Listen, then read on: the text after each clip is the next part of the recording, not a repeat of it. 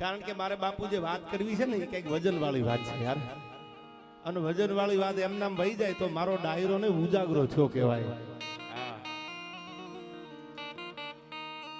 એકાદી વાત સાંભળી જાવ જો આપણને આપણી હાથ પેઢી યાદ ન આવે તો તમે આ મંડપ નાખ્યા નકામા ને અમે બોલવા આવ્યા નકામા યાર. એવી વાત માંડવી છે મારે ભુવાજી આએ કે જે વાતમાં વજન હોય તમને તમારી પરંપરા યાદ આવી જાય કે અમારી પેઢીઓ હતી, અમારો બાપા હતો, અમારા વડવા હતા, કુળ રીત જાતિ કરી અન ખડજો હાવજ ખાય તો લાજે સિંહણના દૂધડા વલી ભવાની ભઠવ થાય યાર. હવે આગળ જો વાત મારે કરવી છે ગોગા મહારાજનો આ સાનિધ્ય છે ત્યારે બાપુ વગડાનો એક વગડો છે, ગાંડું જંગલ છે, એમાં બાગડતા બાગડતા બાગડતા બાગડતા બાગડતા બાગડતા બાગડતા બાગડતા ઘોડાની પડગલી વાગતી આવે, ધુમા પણ બાગડતા રાજા છે શિકાર કરવા નીકળે, બાજુમાં રસારો છે, આખા માણસો ઉભા છે, શિકાર માટે રાજા નીકળે છે, ઘોડાની ઘુમરીઓ વાગતી આવે, ધૂળની ડમરીઓ ઉડતી આવે, મરણ મેવાડા તણું આજ પીઠી આવે, પાણી ખોદતું અને બાગડતા બાગડતા બાગડતા ઘોડાની રમહાણી વાગતી આવે. શિકાર કરવા નીકળેલા એક મહારાજા રાજા શિકાર નીકળે છે અને એમાં કેમર ભાઈ શિકાર તીર હાંચ્યું, આમ નિશાન હાંચ્યું, બંદૂકથી નિશાન દીધું, આમ સામે ડાલામાં તો ડણકું દેતો હતો, કરે અને હાથીના કુંપાથળ માથે જો પંજો પછાડે તો કરે કુંપાથળ કેહરી અને ભુજબળ પંજા ઘા, પણ દેડકા માથે દા કોઈ દી ખેલે નહીં હાવજ ખીમરા. આવો ડાલામાં તો અને શિકાર જે આમ નિશાન દીધું રાજાએ ઘોડા ઉપરથી, પણ જે નિશાન રાજાએ સિંહની સામું તાક્યું, ભડાકો કર્યો, પણ નિશાન રાજા ચૂકી જાય છે. હવે સાંભળજો આ વાત, નિશાન ચૂકાઈ ગયું, ગોળી નીકળી ગઈ બીજે, પણ જે સિંહની સામે નિશાન તાક્યું હતું એ સિંહની નજર અશ્વ ઉપર ઘોડા ઉપર બેઠેલા મહારાજા ઉપર ગઈ અને ડણક દીધી ભાઈ, ગયા ગયા ગયા ગયા ગયા ગયા દીધી.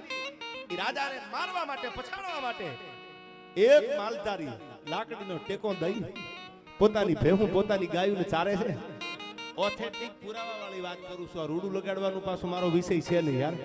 ગમનભાઈ એક માલધારી વગડામાં પોતાની ગાયું ચારે છે અને એને જોઈ લીધું, આમ ગાયું ચારતો રાજા શિકારે નીકળ્યા, સામો ડાલામાં તો ડણકું દેતો હતો અને નિશાન ચૂકાઈ ગયું રાજાનું. જે સિંહની નજર હતી આમ ગઈ, મારી ઉપર આ બંદૂકનું નિશાન હતું, મને મારી નાખવા માટે આ બંદૂકનો ભડાકો કરવામાં આવ્યો, તો હવે રાજાને જીવતો ન જવા દઉં. ડણક દઈને ડાલા મથાએ જે આમ નજર કરી ત્યાં તો એક લાકડીના ટેકે પોતાની ગાયું પોતાની ભેહું ચારવા વાળો માલધારી એ જોઈ ગયો કે હવે આ સિંહ છે આ રાજાને આ શિકાર કરવા આવેલા રાજાને મારી નાખવાનો હમણાં. અને રાજા છે ને એ તો રયતનો પાલનહાર હોય છે, પણ આજ હે દ્વારકા વાળા હે મુરલીધર મહારાજ જોજો, તારી આગળ કોઈ દી કઈ માગ્યું નથી, તારી આગળ કાઈ નથી માગ્યું, પણ મારી નજરની સામે જો આ બને તો મારી જણનારીના દૂધ લાજે, એના ધાવણ લાજે. પણ હજી આમ ડાલામાં તો શિકાર કરવા આવેલા રાજા ઉપર આમ ઘે ઘે ઘે ઘે ડણક મારવા જાય તા તો હાથમાં જે પોતાની લાકડી હતી એ મુરલીધર મહારાજનું દ્વારકા વાળાનું નામ લઈ અને ગરગરથી દોડ દીધી અને 14 વર્ષની દીકરી ચારણની જેમ ડાલા મથા હાવજના ખોબરામાં લાકડી પછાડે એમ લાકડી ડાલા મથા સિંહના ખોબરાની માથે માલધારીએ ઘા કરી. પણ ત્યાં તો ઘોરાડો થઈ ફીણના પોહા ઉડાડતો ઉડાડતો ડાલા મથો પાછો વળી ગયો, હામો હાલ્યો નહીં, પંજા પછાડતો પાછો વળી ગયો. આ દ્રશ્ય રાજાએ જોયું કે મને મારી નાખત, મારું મોત હામું હતું, પણ આ માલધારી વગડામાં ભેહું ગાયું ચારવા વાળો માણા એક ડાંગ માથામાં મૂકી અને હાવજને પાછો તગડી દીધો અને મને જીવદાન આપી દીધું. ઘોડાના પેગડામાંથી પગ લીધો, વાહો ઠપકાર્યો. માલધારી બાપા ક્યાં રહેવું કે બાપા મારો લેહડો આગળ છે, ગાયું ભેહું ઉપર મારું ગુજરાન આલે છે, એ કે રાજમાં વયાવો, મારો જીવ બચાવ્યો છે તમે, અને વયાવો રાજમાં, તમે કયો એવી નોકરી આપી દઉં, કયો એકલા પૈસા આપી દઉં, કયો એવું તમારું સન્માન કરું માગેરું, પણ હવે વગડામાં તમને ગાયું નહીં ચારવા દઉં. કેવા આવ્યું માલધારીને પોતાની હારે લઈ અને રાજા છે એ પોતે રાજમાં આવે છે. હવે સાંભળજો આ વાતનો સાર મારે આપને કરવો. રાજમાં આવી ગયા અને કેવા પોતાની નજીક રાખે છે કે મારી ઉપર ડાલામાં તો ડણકું દેતો તો તેથી મારો જીવ જો બચાવ્યો હોય તો આ માલધારીએ બચાવ્યો છે, અને લાકડી જો ન મારી હોત હાવજના ખોબરામાં તો આજ હું તમારી સામે ન હોત. ધીરે ધીરે ધીરે ધીરે ધીરે ધીરે ધીરે રાજાની એટલી નજીક માલધારી આવી ગયો કે એક ડગલું આગળ હાલવું હોય તો માલધારીને પૂછે, આટલો પ્રેમ થઈ જાય છે માલધારી અને રાજાને. આધા પહેરે લુગડા અને વાતું કરે અજબ, આ તો રાજાના મન રીઝોવા ગોલા કરે ગજબ. હું ઘણી વાર કહું છું કે મારે ભાઈ કે તમારો દુનિયા વિરોધ ક્યારે કરે? ક્યારે દુનિયા તમારો વિરોધ કરે? તમારું પન્નું માર્કેટમાં હાલી જાય તઈ તમારો વિરોધ કરે યાર. અર્જુન સિંહ બહુ હકીકતની વાત છે. તમારા પગમાં પગરખા ન હોય, તમારી આગળ સારું હોન્ડા ન હોય, તમારી આગળ સારી ગાડી ન હોય, રહેવા માટે બંગલો ન હોય, કોઈ વિરોધ કરે ખરા? કોઈ વિરોધ નહીં કરે. પણ પન્નું જો માર્કેટમાં હાલી જાઓ, તમે ચૂંટણી જીતી જાઓ, તમારી વાહવા થવા માંડે, ત્યાં સાલા વિરોધિયા જન્મે, એના મંડે કોટા ફૂટવા યાર.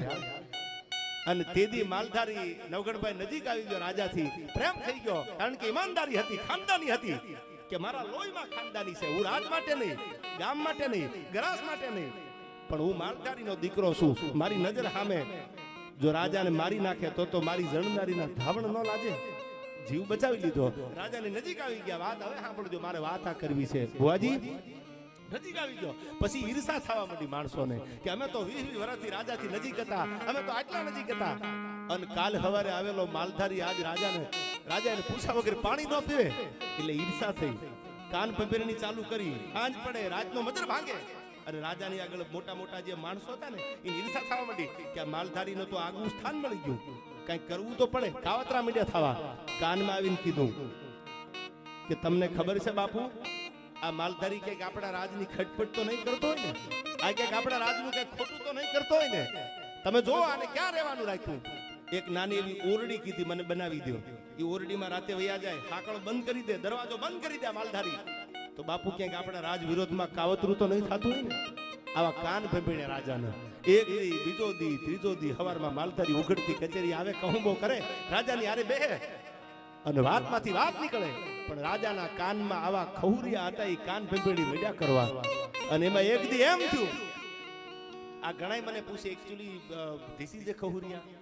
આ ખહુરિયા એટલે શું? મેં કીધું ગામમાં, સિટીમાં ઓછા હોય, સિટીમાં બધા નીકળતા હોય પર્સનલ પોતાના ડોગ લઈને નીકળે. પણ અમારા ગામડામાં આવો ને, હાંથલ જેવું ગામ હોય, અમારું દુધઈ છે, આવા તમે કોઈ પણ ગામડા લઈ લો, કોઈ પણ ગામડા લઈ લો, એ ગામમાં આવો ને એટલે શેરીએ ટબા ટબા કૂતરા હોય.